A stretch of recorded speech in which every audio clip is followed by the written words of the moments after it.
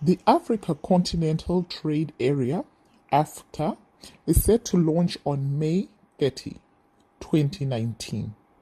If every African country joins, it's expected to be one of the largest single markets, accounting for $4 trillion in spending and investment across 54 countries. The AfCFTA will give entrepreneurs across the continent access to a much bigger market. It's therefore important that young African entrepreneurs understand how the AfCFTA would benefit them and their ventures.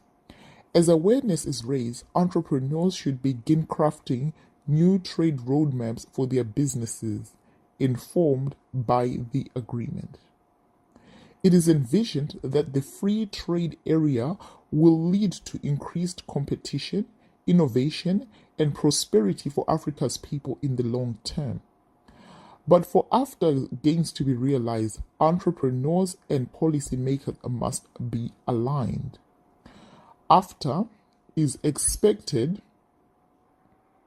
to be a game changer. It has been likened to the European Union.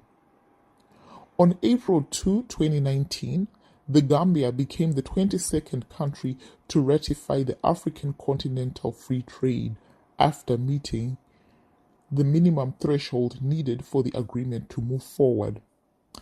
AfCFTA aims to create a free trade region among the African Union nations. If the full version is realized, Africa will become the world's largest free movement and single currency union.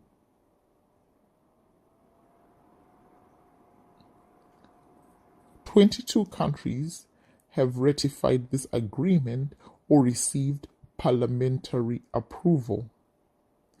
Signing demonstrates a preliminary endorsement of the treaty, and the states intend to examine it more closely, but it does not create a binding legal obligation." Ratification. This is the act by the state that indicates their consent to be legally bound by the terms of the particular agreement. 52 countries have signed the preliminary endorsement, and 3 countries have not signed that preliminary endorsement. Those countries that have not signed are Nigeria, Africa's biggest economy, Eritrea, which is another African country, not to have signed the agreement. When you look at the population, we're looking at 1.2 billion, and the potential market size is 2.3 trillion based on GDP numbers of 2018. Nigeria, Africa's largest economy, is a noteworthy abstainer from the agreement.